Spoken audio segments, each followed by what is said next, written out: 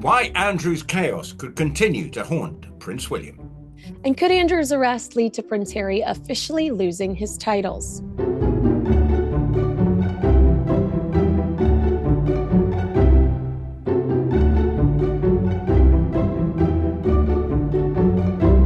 Hi, all. Welcome to Heirs and Spares, the show that dives into the fascinating world of two of the most recognized royal couples from both sides of the Atlantic. I'm Kinsey Schofield, and I'll be bringing you updates on Prince Harry and Meghan Markle right here in California.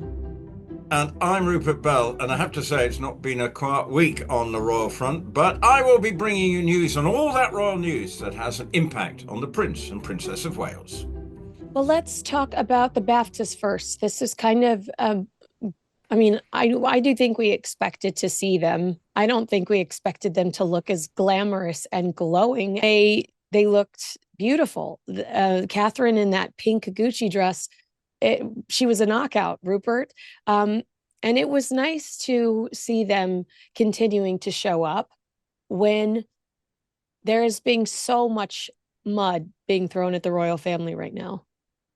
Yeah, well, and not of necessarily of their doing. And it was actually good, a sort of sea of normality, if that's the right phrase, of them going to the BAFTAs, bringing that bit of royal sparkle, which the Princess of Wales inevitably does. My lack of fashion knowledge, but even I could say that it was quite a good. She pulled something, it just looked good. And obviously he was dressed in his sort of smoking jacket type thing, and strutting his stuff. But you got the undercurrent, that was, it's been a tough old week. Obviously, since the news last Thursday for the royal family, it should have been, I think, them enjoying a half-term week, but you can bet your bottom dollar they've been having to deal with the fallout of what's been going on.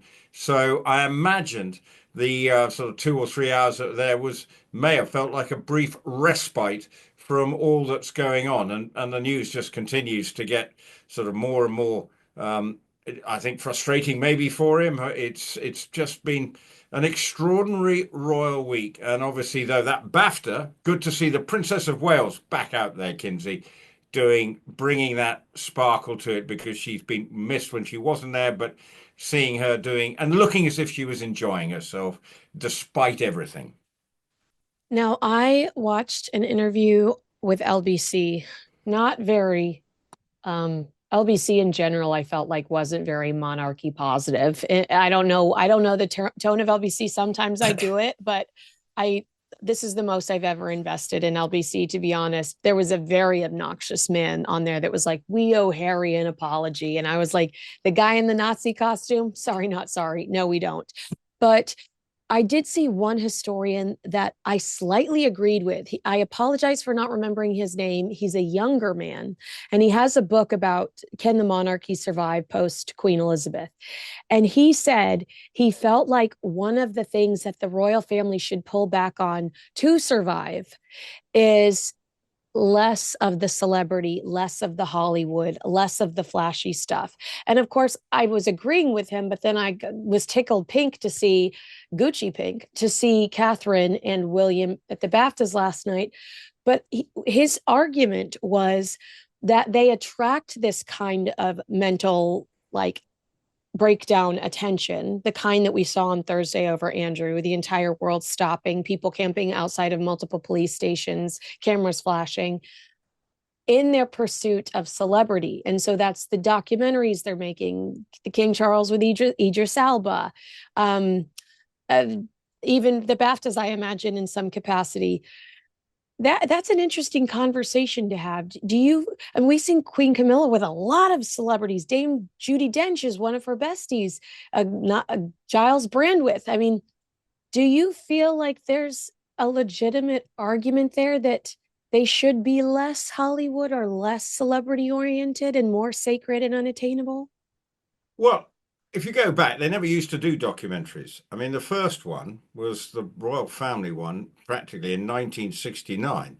Look, I remember it being filmed because, as you know, and I was at school with Andrew, and they came to film there, and that was considered groundbreaking. Look, it's a balancing act because a lot of these documentaries are always seen as a bit puffy, in the sense that they're just massaging the ego of whichever celebrity is doing it, whether it be, Meghan and Harry doing something they want, the Beckhams, all of this is designed to paint the celebrity in a positive light.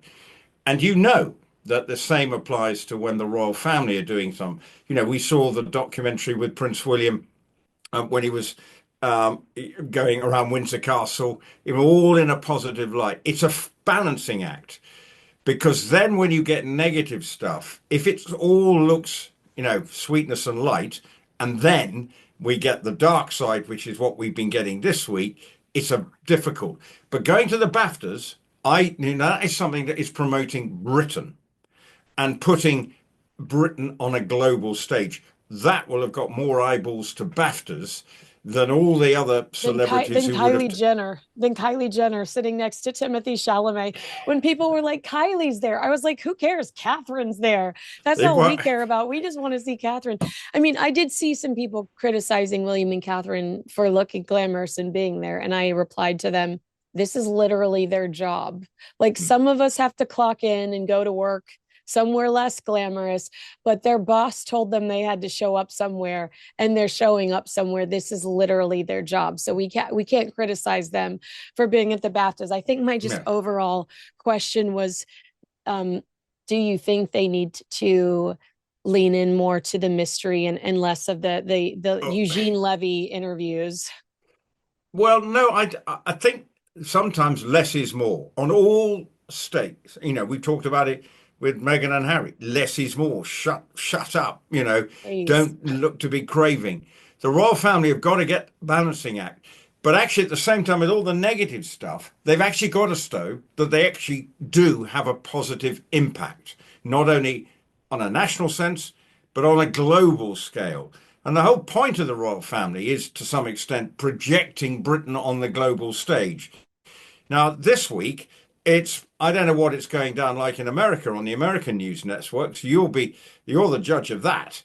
What are they saying about the royal family in conjunction with Andrew? Where does William fit into it? Is he guilty by association and all that stuff, and the king? So it's a very complicated balancing act. I don't have a problem with them doing it, and I certainly don't have a problem with them turning up at the BAFTAs last night and mixing with the celebrities. Let's be honest, the celebrities quite like meeting the royalty.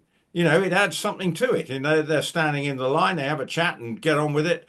I mean, I think it's good, but they've got to be clever. They've got to not overdo it. We don't want to see them another documentary coming out. Sometimes you're quite right. Put up, shut up, and then just let be seen when it's need to be. But the royal family and the Queen was right. Then we need to be seen to be having a purpose. And actually, that purpose is more relevant than ever now because they are taking a battering from the headlines because of the fallout from the Andrew being led away early hours in the morning from his farmhouse in Norfolk.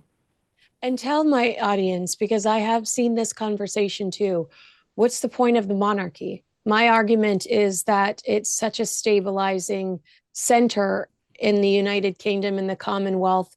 It's above politics. It gives you that one universal symbol that you can be patriotic about. And the king stays above political parties, political divides. And you can probably explain it in a much more graceful way than I do, but it is more than a tourist attraction, correct? It's constitution. It's our constitution. You would be changing the whole ethos of our political system if you got rid of the monarchy. And I say to every anti-monarchist Republican, what are you going to elect it with some elected official?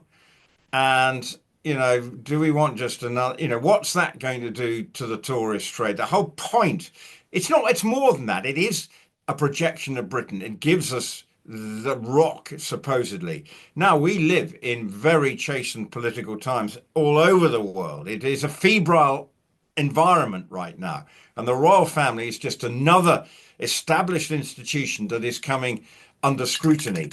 And it has to be such, some of that scrutiny is being done by the actions of members of the royal family who've not done a good job at, well, for Andrew, in Andrew's case, he's created this problem. So it is a big worry for the king and the royal family and for William. How does he make his institution that he is going to ascend to the throne of seem relevant to the younger generation? And that is extremely taxing for them because the headlines are only going to get worse. And so the monarchy has its place, but I always, and would have to be a change in the parliament, the system, and everything. That's why the next few months are crucial. Can they come out of this unscathed and leap still with the British public supporting them and can see the relevance of it? Because I'm sure if you talk to most people in the 20 to 30 generation, maybe a little bit older, they go, what's the point? What impact is it actually having on my daily life? And But that it, may but it, be, it does. I mean, if you think about the soft diplomacy, you have the argument that Donald Trump and Keir Starmer hate each other. They pretend they don't hate each other, but Donald Trump and Keir Starmer hate each other. And the reason that Keir Starmer gets a lot of the positive response, the positive reaction, money and opportunity from the United States that he does from Trump, who he said horrible things about, agree with him, disagree with him, said horrible things about before becoming prime minister, is because Trump values his relationship with the British royal family, specifically King Charles and Prince William. And so they have a lot of soft power that will affect you if you're in your 20s or 30s down the line. It will affect you. These millions of dollars the United States are pumping into the UK through tech firms and tech opportunities. well, yes, but in a way, you try and explain that. We know because we understand the institution and what it's supposed to be about, which is this soft power element. The fact that it's reaching out, projecting Britain on a global scale. And as you quite rightly say, Keir Starmer goes cap in hand to Donald Trump and says, here's an invite for Donald to come for a state visit. And you've got the 250th anniversary of your independence, and the king is expected to go. And Donald Trump, I'm sure, will look forward to that. So, yes, we understand it from that perspective. But does it really, when politicians and the institutions of government are, struggling to get, be seen in positive lights, and if the actual top of it is the monarchy, that adds to the problem. So this is the difficulty. It's not something the royal family through history hasn't had to deal with before. When George III was on the throne, people were saying, well, we got, he obviously considered to be um, not that, in the end of his life, and the monarchy was a regent who was a bit of a, not necessarily a very good character. The royal family throughout time has had to deal with crisis. Is this the biggest one? Well, obviously, in my lifetime, yes. In the last century, probably more so than the abdication, because could end up with someone, a member of the royal family, in a court of law. The king's decision to abdicate is he didn't want to do that anymore, and he said, I wanted to leave. This is very different. It may have been a constitutional crisis, but the monarchy still carried on. And Also, he actually, was, remember Churchill in a few, I mean, actually, I think Churchill was on his side. And also, I'm sorry for interrupting you. I found yeah. out I have ADHD, which is why I do that. So everybody that leaves me mean comments, I'm working on it. But didn't Churchill initially side with him? But because Churchill was kind of bullied by the people around him, didn't they encourage him to abdicate? I mean, he never wanted Oh, the job, but I do feel like he was also encouraged to abdicate. They said you have to pick one or the other. absolutely. And that it came to that. Remember, he was also quite a popular character. Now, Mm. he may have had character flaws, which he definitely did have, and it worked out for the best in the long run. Obviously that suddenly King George VI came to the throne, and he wasn't destined for it, but actually through the Second World War was a wonderful rock. But um, in a way, he was a popular character, and so it's a very different environment than we are in now. When Andrew, you could never say ever, well, possibly when the time when he was in the Falklands War, had a degree of popularity. It certainly from the 90s, then he got the nickname Air Miles Andy, and everything began to unravel for him progressively. And now, obviously, we're seeing all the stuff coming out. He's never had been the top of the pops anywhere he goes. People have what's coming out, and we know these stories are commonplace. So he never had popularity. Might be a different story if he was someone people could warm to, but never had that. So that's the problem for the royal family. Andrew is vilified. Okay, you are innocent until proven guilty, and he's always protested his innocence.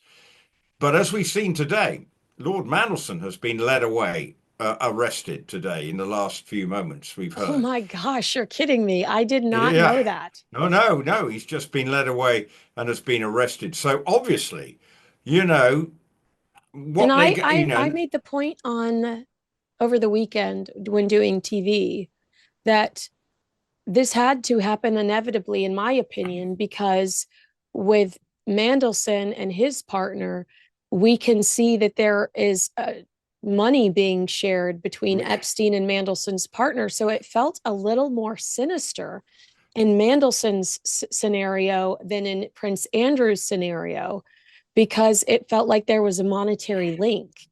And yeah, and Andrew, go ahead. yeah, and Andrew was encouraged to be by Mandelson to be the trade artist, and Mandelson promoted him.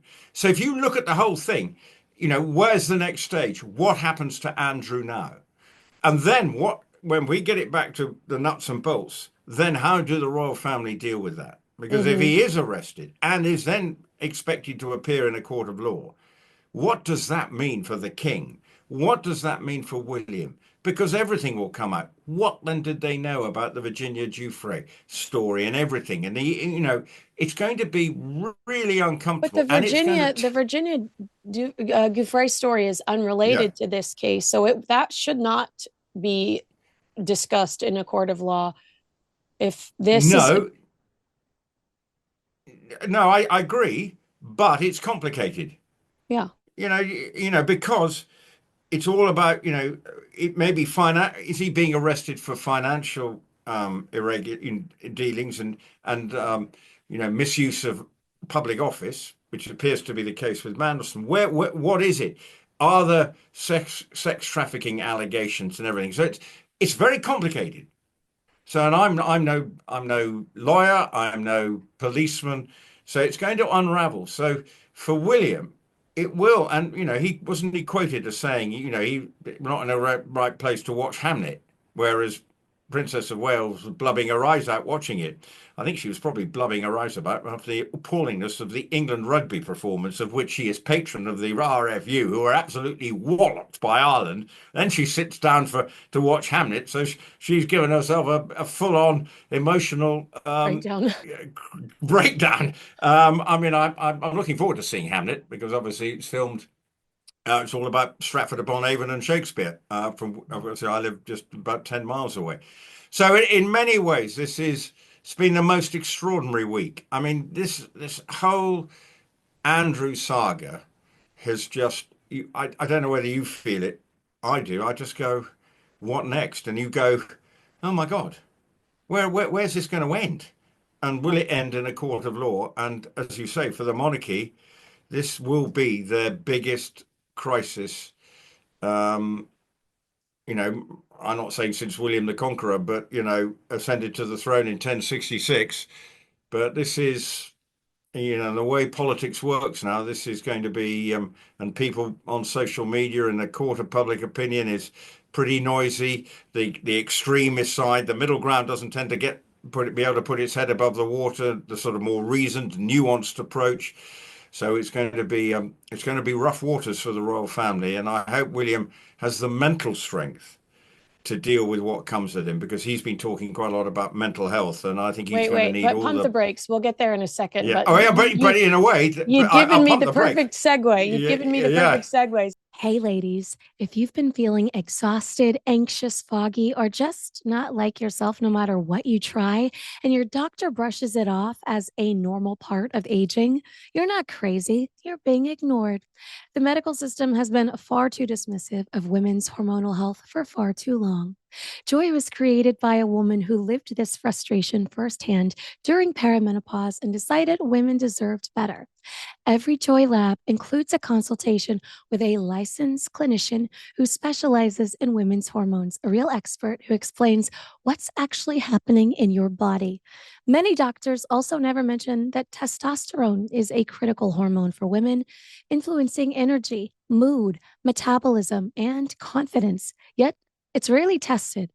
Joy offers real treatment options, including hormone or peptide therapies and personalized supplements tailored to what your body actually needs.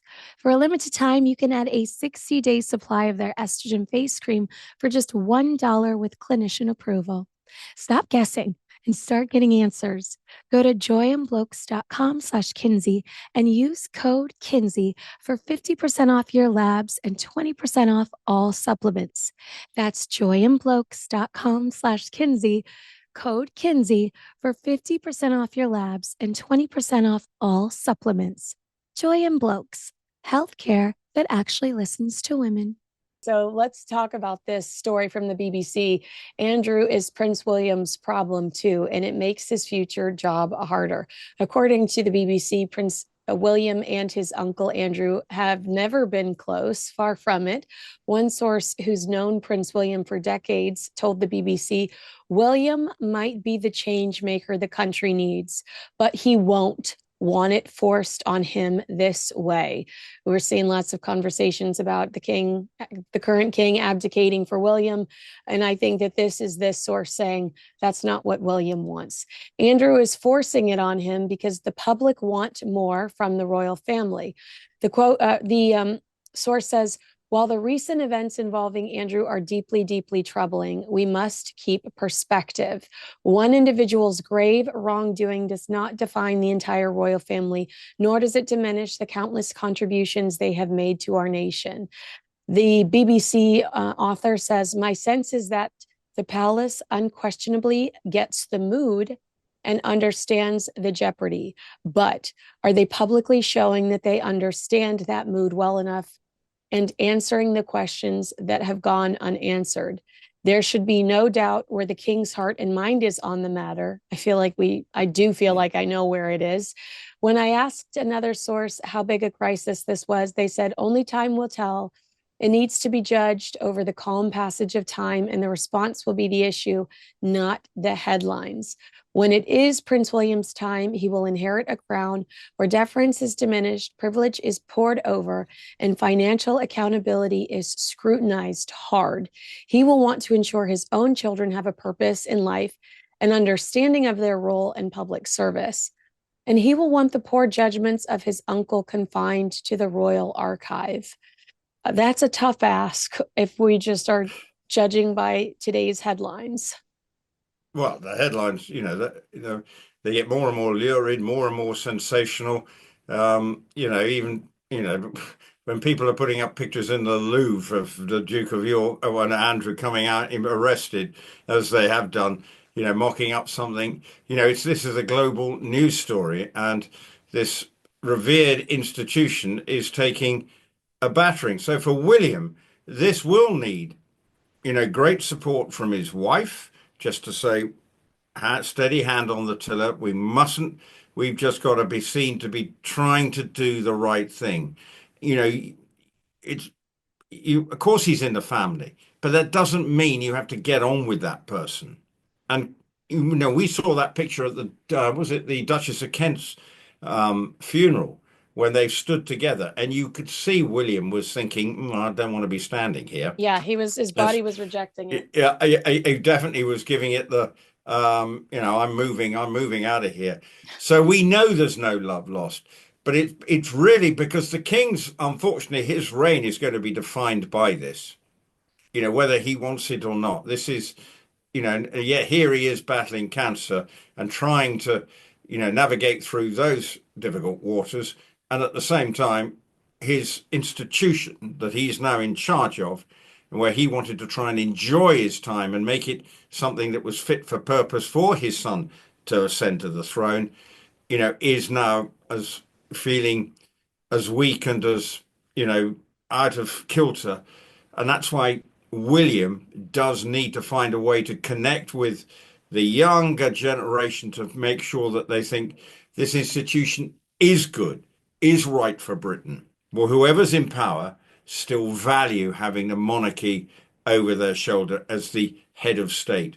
And it will require a real determination from William to fight the good fight on behalf of the monarchy, and to represent. And, you know, as you say, talking about the mental health side of it, it's not going to be easy. You know, he's always, you know, coming out on radio programs talking mental health. So it's clearly something that exercises him in every sense, both trying to do good and saying people must talk.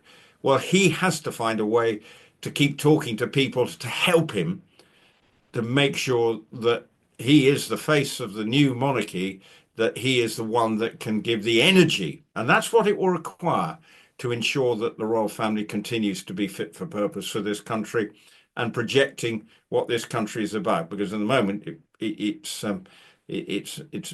the ship is navigating some pretty stormy waters. Well, you mentioned Prince William talking about his mental health on BBC One. I think it's worth noting in January of 2026, Kate Manzi reported in the Times in a really beautiful piece about the Princess of Wales that Prince William was deeply concerned for his uncle's, Andrew's, mental health and how Andrew would cope after everything was taken away from him. The article said that William supported the king, but was worried about the consequences. And I believe that. And I think that it is important to say in the middle of all of this, because I see all of these commentators going, William's livid, William's irate, William's angry. And I'm like, chill out. We know you want the clicks, girl. We know you want the clicks, girlfriend. But that's not what we're hearing from the UK. What we're hearing is that, yes, his intuition told him that this was going to be worse than other people thought it was going to be. But he also is not a total monster and is worried about somebody, you know, losing absolutely everything. I think there's a human interest. You have to take it and say, look, he is his uncle. And you have to say there is the mental side of it.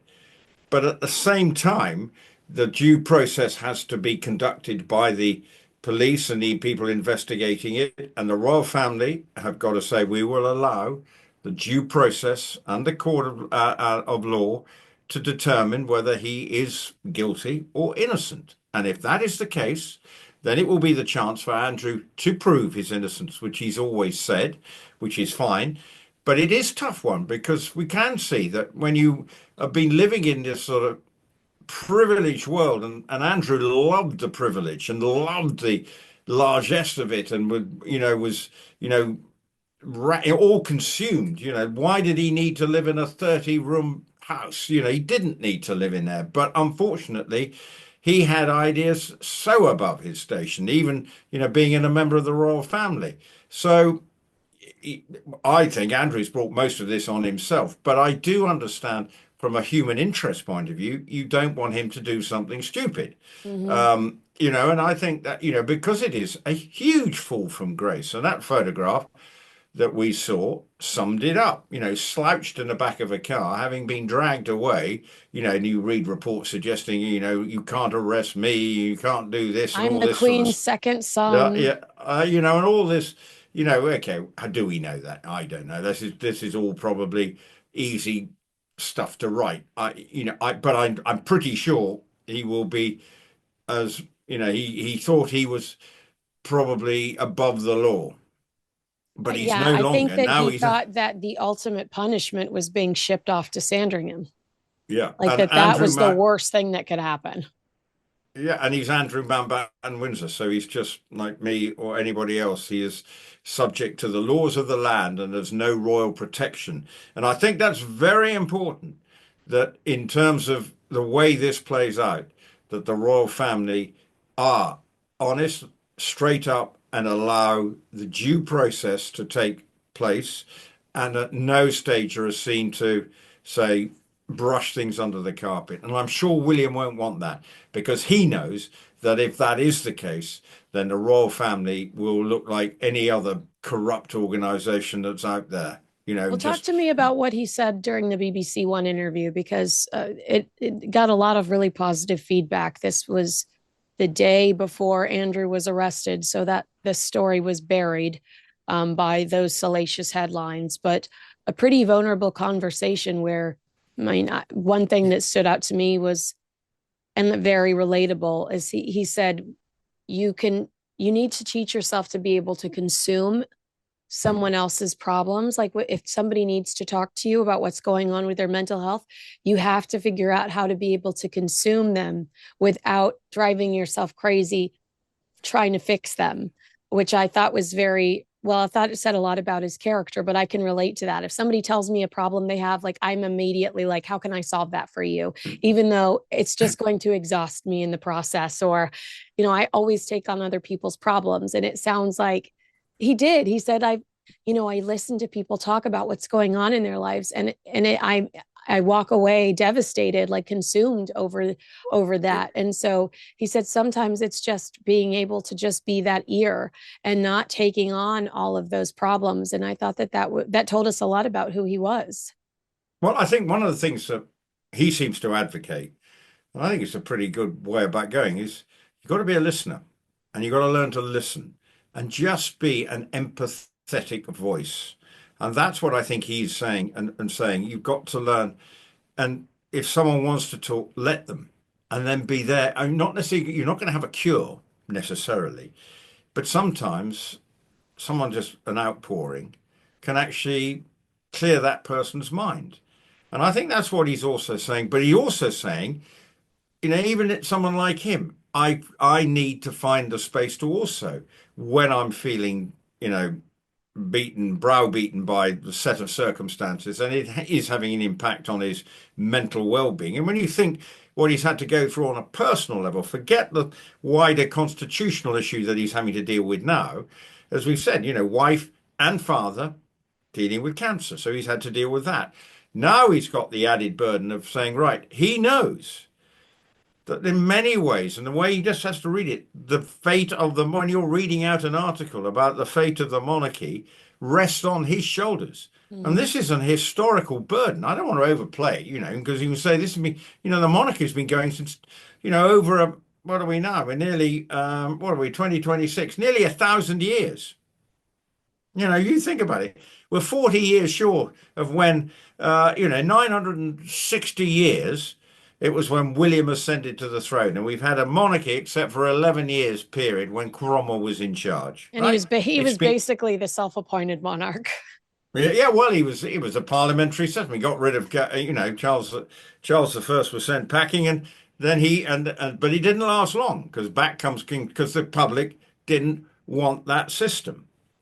So moving it on. So, as you say, this is 1,000-year institution, more or less. Well, we had a king before. We had King Harold and, Edward the Confessor and all, and Ethelred the Unready and all these other strange titles that kings had. But in terms of a formal thing, 1066. Now, William, by the law of, things, he might still be around then. So 40 years' time, what is he, 44? He'd be 84.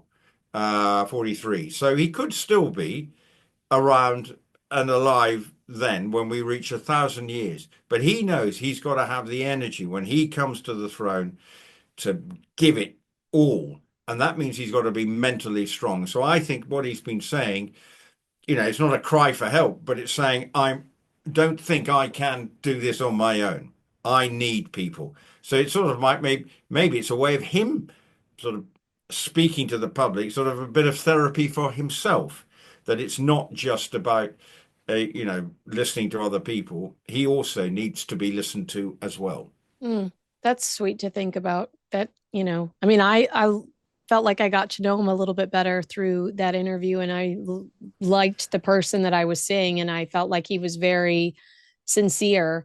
And actually, that I'll just tell you, that was for Radio 1. And of course, everything's on YouTube, as we know, and everything now. So that was the big young music channel. right? So it wasn't just the conventional BBC One. So that's even more important, the market he was targeting then. Yeah. So Young tapping in people. There he was with a young people. panel of like musicians Yeah, and stuff too. yeah, So it was yeah. clever. It was a clever choice. Let's move on to my side of the pond. A source has told Mm. People magazine that Prince Harry is getting frustrated with people comparing him to his uncle Andrew. People magazine, by the way, is this is Harry and Meghan's favorite outlet. I'm sure you're familiar with that because I remind you every time we have a People You magazine do, story. The yeah. insider said Harry served his country, did the job well, and never engaged in misconduct, yet lost security and housing, while Andrew was protected for years. Like, Harry's not completely innocent here. We had a Nazi costume incident. He's used racial slurs in videos. This is a guy that would fall out of nightclubs and punch at photographers. I can we compare him to Andrew? No, but he's also not perfect. And I would also say I'm worried about his trajectory. I do feel like he doesn't do his due diligence when it comes to the people he associates with. And that is one of Andrew's biggest issues here today. If we want to get down to the nitty gritty of it, Mm.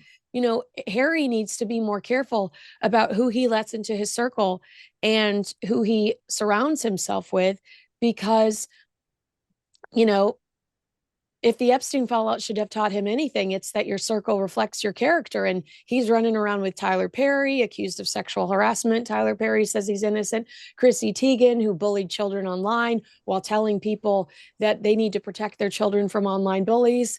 The irony, I mean, what is your reaction to someone feeling the need to share this with People magazine? Well, I think he should have shut up and just said nothing Yeah. because just right. First thing, didn't need to get involved. Look, I, the only area of sympathy I have is by association. Look, they're very different set of circumstances in many ways. For Harry, it's his choice that he wanted to go. He made the decisions. He didn't like being in the royal family. Off he went. And the royal family say, well, you're now more or less a private citizen. Off you go and do your thing with your wife. No, that's your bag now. So I think he's overreacting. It is interesting though that in many ways over here, yes, he may have spouted to People magazine, but what I do think is, and quite rightly, they have been quiet. You know, Meghan and is Meghan is sending emails promoting her wickless candles. what wickless candles? Well, What are they're they? not supposed to be wickless, but they several have shown up to my friends' doorsteps Oh, sorry, without wicks in them. you. Okay, you always. Last week, we got a $300 bag of tat or whatever it was that she was flogging. And then this week we got candles with no wick, and you can't light them, can you? So You can't. That's the problem. Is like you well, I know. can't. Well, People yeah, are well, like, I'd like a refund. But she did send the night Andrew was arrested. She sent an email blast out to her subscribers, and it read, "When the temperature drops, we start by striking a match, a steady flame on the table, soft light in the corners of the room, the familiar comfort of a scent that instantly changes the mood." can I just bath? What a load of twaddle! Again, look, I didn't know you were going to read that. I didn't What? either. I didn't either. I surprise myself sometimes. Where did you get that from? Did you get sent the email? Please tell me you got sent the email. I am on the email list. I am on the email list for How work are you? purposes How are only. you? For work, Why haven't you been banned? How come I you're on know. Harry? I mean that. Well, their subscriber list need to sort that out. But I mean, can you just for the listeners, can you just read this twaddle again for me if you're prepared Sure, to? sure. Okay, here we go. When the temperature drops, we start by striking a match, a steady flame on the table, soft light in the corners of the room, the familiar comfort of a scent that instantly changes the mood. Well, goodness me, It's just like, I've doesn't it just like I'm the fact that cringing. she It's lives in this fantasy world? I just oh get me off this look. ride. Well, look. I've got my wife's always been given scented candles, luckily with all the wicks, and she loves a scented candle. But I don't think she's ever thought, well, it's going to endlessly change the mood, or something, right? That is such guff. I mean, oh dear, dear, dear, dear, dear. But so she's done that to her subscribers, and then she's sent out a poor product that's not been checked for standard. Yeah. Does so you can't light the damn things. They're probably 29.99 plus postage. $60. $60. Okay, plus postage and packing. Yeah, unless you buy X amount. Yeah. Right, $60. Are they big candles or are they little ones? Average size candles. Yeah.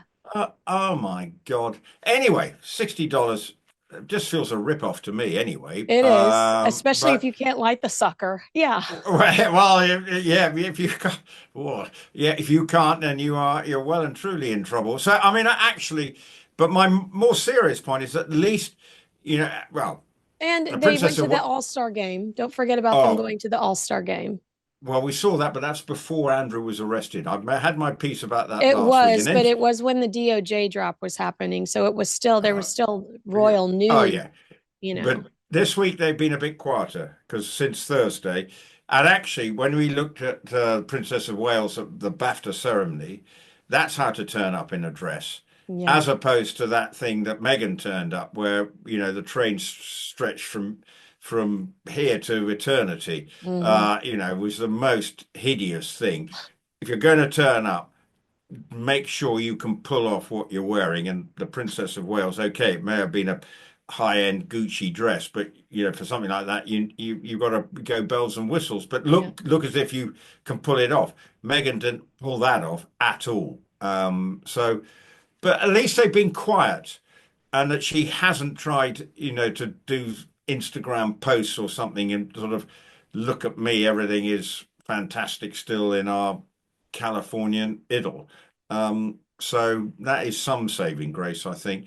But all the royal family have got to try and he is a member of the royal family. It is his uncle. There will be interest. I mean, as you say, your news channels have got quite a lot to talk about on all fronts. I don't know whether Andrew's issues are registering, but the one thing I do say Well, about we did have another assassination attempt over the weekend yeah, that pretty much yeah, buried the story.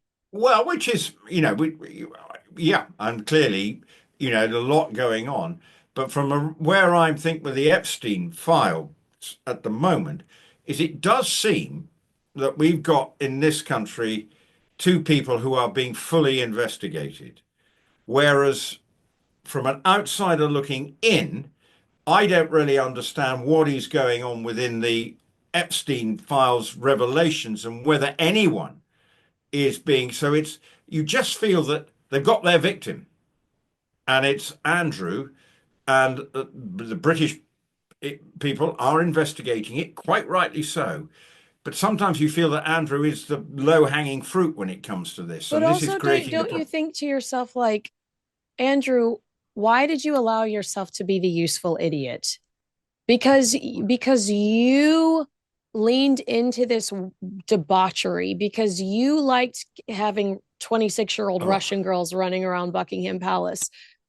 You have become the face of this shame, and you are being the only one persecuted for it. But did you put yourself in that position? Well, this is the problem. Absolutely. He put himself, so he's got whatever coming to him, I don't have a problem with. I'm not excusing anything. What I'm saying is he the only one who is And suffering I actually this don't think, I think level? it's too soon to say that, though, because I read that the Telegraph did an incredible investigation, and they discovered that Jeffrey Epstein had rented multiple storage units that he hid documents, photographs, videotapes in. And so while certain portions of the government are saying everything's out there, there are investigations that are currently underway from people that say, oh no, there might be more to come. So maybe Andrew's the first hopefully not the last. If you are watching this and you're feeling frustration, saying, I need more people to be held accountable for this, filthy Well, enterprise. absolutely. And I mean, I think it's so important. But I, just looking at what's going on from my perspective over in here, with Andrew, if he's found guilty, he deserves everything that comes to him. And I'm not, um, we don't ignore that. And Lord Mandelson, Peter Mandelson, if he's done some stuff that is inappropriate, and you just wonder, Andrew, with all his privilege, why did he need to be so voracious in his need for money from someone who clearly And was girls. the arch Oh, manipulator? With the arch manipulator, and yeah. Sarah Ferguson getting herself into an absolute pickle. And no wonder William is totally, um, fed up and angry, probably, with why has my uncle brought this shame on his family, and why is he having to deal with all this, the fallout? And Andrew, when's he going to look in the mirror, and say, yes, I I did haven't. this. I did this. I might have done this to myself. Yeah, I've been the one who's brought the problems on. And it Hmm. really is, very, very, I think, frustrating for all members of the royal family. I'd like to be a fly on the wall, find out how they really, when William closes his front door in Forest Lodge, what's he really thinking when he's sitting down for dinner, you know, um, and, what's he really thinking? How is he trying to keep calm? Because I bet it, I'd be feeling angry, frustrated, disappointed that my uncle has, put the pressure on my father, the rest of the royal family, by his actions and by his stupidity, by his poor choice of friends and what Greed, appears to be, greed, and greed, greed. greed, greed. I, It I, really is, I, very, very sad for William. I have to wrap up here in a second, but I did want to get your reaction to this. In a recent interview with News Nation, Andrew Lowney said that he expects significant changes within the monarchy, describing what he sees as an initiative to modernize the institution. I think we're going to see some reforms being announced, yada, yada, yada. What I thought was interesting about this relating to Harry is Lowney suggests that the arrest of former Prince Andrew could create an ideal pretext for changes around removing the titles for anyone who's not an active working member of the British royal family. I think they're going to deal with the Andrew and Harry problem at the same time, he said.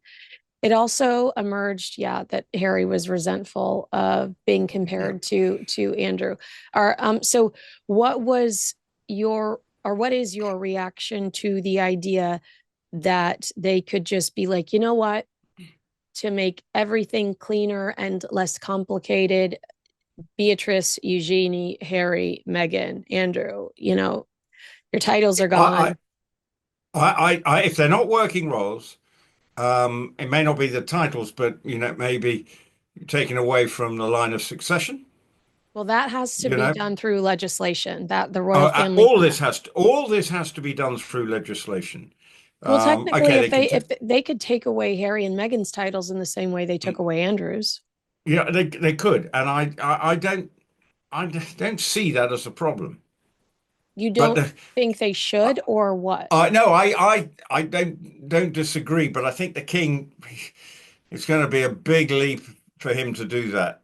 But I do think, HRH. There's no need for any title for the children. No, And they and have that also. currently on their passports. I The know, and children I'm do. sorry. That's they don't need it. They live in America now, so Mhm. doesn't have titles, a land Right. that doesn't. So get rid of them. Why do you need them? You're not. Get rid of the HRH bit. Just go and lead your life. You can stay as the Duke and Duchess of Sussex if you want, but what, you don't need it. But unfortunately, there would be one person who would be very upset if she was no longer the Duchess of Sussex. Yeah. It's as simple as that. And HRH, because don't forget, Jamie Kern Lima got that nice little gift basket from Meghan where she proudly displays her HRH title. And, so, they should take a leaf out of the Princess Royals book. She did it right. You've got Zara Phillips, Zara Tyndall and Peter Phillips. Get rid of that. And I think probably in many ways, the Duke and Duchess of Edinburgh have a pretty similar view to the way they're bringing up their children. And I do think if the monarchy has to now be really streamlined, that it actually has a very linear look about it, a straight down look about it. Yes, you need the Princess Royal. No one would decry her involvement. You can't get rid of everybody, but if you're not working, then you don't have any right to any claim. And I'm not going to disagree with what Andrew Lowney is purporting. Now, whether it will happen with regard to Harry and Meghan, I'm not so sure. But it's not beyond the wit of man for them to say, come on, you live in America now, the HRH is going. You've lived here for 6 years now. Yeah. You're creeping up on You're a done. decade. Yeah. You're done. Yeah. Move All on. right. Get on with your life. Agree with us, disagree with us, let us know in the comments below. Make sure you like, subscribe, and share this video with a friend.